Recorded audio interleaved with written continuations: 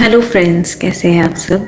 मैं Sadia Amreen, classic era channel से।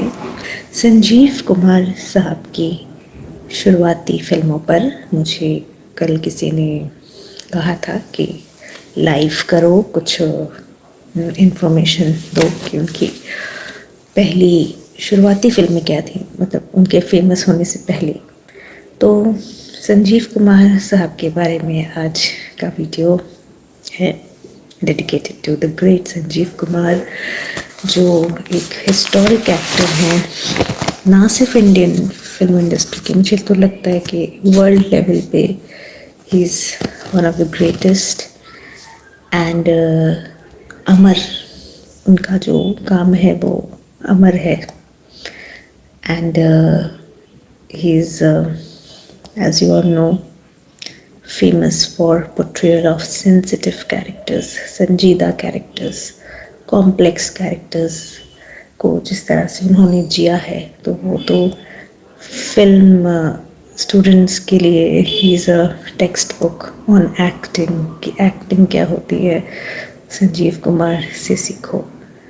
Natural acting, संजीदगी वाली एक्टिंग क्या होती है, और अपनी आँखों से इमोट करने वाले एक्टर, बोलने की ज़रूरत नहीं पड़ती है। वो उनकी एक फिल्म थी ना, कोशिश, जय बहादुर के साथ, जिसके लिए उन्हें नेशनल अवार्ड भी मिला था। उसमें तो उनके डायलॉग्स नहीं थे, he was playing deaf and dumb character. The way he emoted, कैसी पूरी फिल्म बिना बोले चलाई है उससे। Greatness, he is greatness personified. उनका असली नाम था हरिहर जेठालाल जरीवाला, गुजरात के थे। शायद 7 साल की उम्र थी उनकी जब उनका वो अपने फैमिली के साथ बॉम्बे शिफ्ट कर गए। और एक्टिंग करना तो वो बचपन से ही चाहते थे, हमेशा से हीरो बनना चाहते थे, एक्टर बनना चाहते थे। तो मुंबई गए, तो फिल्म की चकाचौंध, फिल्म इंडस्ट्री की चकाचौंध से खिंच गए, और उन्होंने अपने करियर की शुरुआत थिएटर से की। IPTA, Indian People's Theatre Association, बहुत बड़ा, बहुत फेमस थिएटर है, वहाँ से उन्होंने एक्टिंग की शुरुआत की। और वहाँ पर भी अच्छा, उनकी एक ख़ास बात है कि he is known for acting older characters, he is known for portraying older characters, like age से ज़्यादा, एज से बड़े कैरेक्टर्स उन्होंने प्ले किए हैं। एंड थिएटर में भी उन्होंने बहुत सारे ऐसे रोल्स किए जो उनके एज से काफ़ी बड़े थे।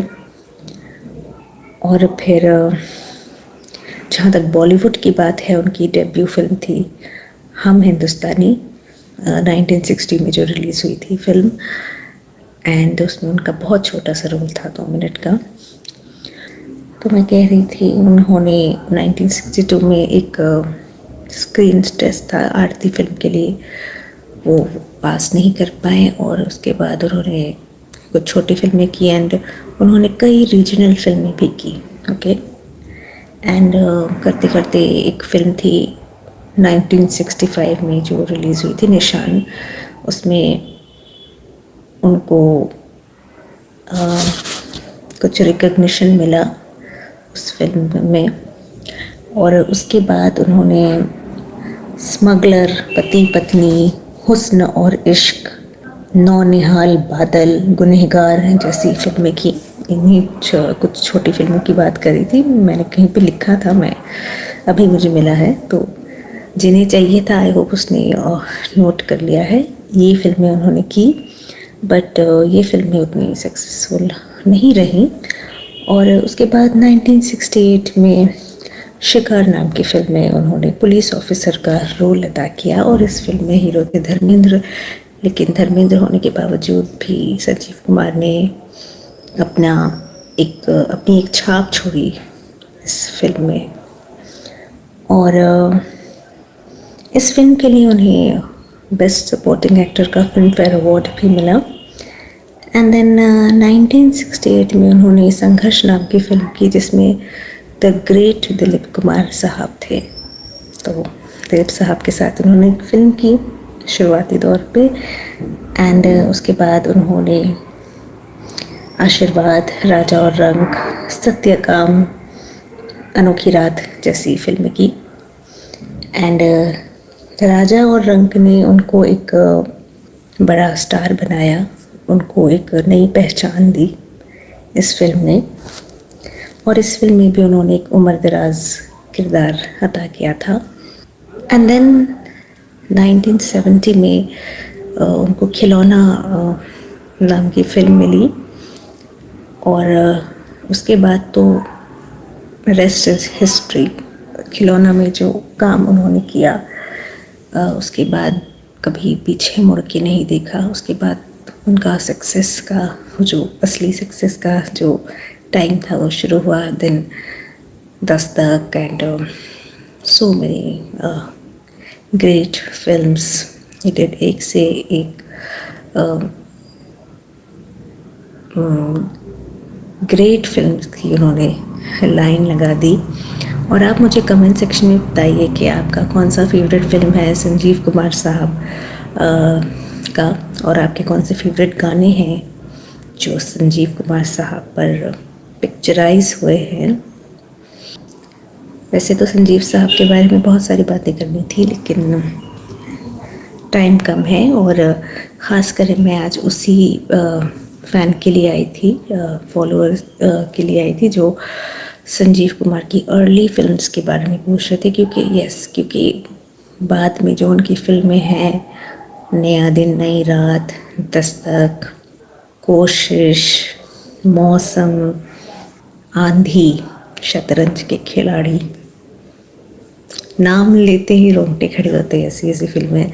तो उनके बारे में तो हर कोई जानता है, बट उनकी अर्ली फिल्म्स के बारे में बहुत कम लोग जानते हैं। तो इसलिए ख़ास करके मैं वो फिल्मों का नाम लिख कर आई थी। आई होप जिनको चाहिए था उन्होंने नोट कर लिया है। मैं फिर से बता दूँ उनकी अर्ली फिल्म्स के बारे में, क्योंकि बहुत कम लोगों को पता है। ओके, हम हिंदुस्तानी तो हैं ही। निशान, स्मगलर, पति पत्नी, हुस्न और इश्क, बादल, नौनिहाल, गुनहगार, संघर्ष, आशीर्वाद, राजा और रंक, सत्यकाम, अनोखी रात। ओके, किसने कुछ पूछा है मुझसे, did you remember Vikas Bhalla's short lived career as late 90s hero? He was really good, but the movies didn't work out for him. Yes, I do remember, and I really like Vikas Bhalla.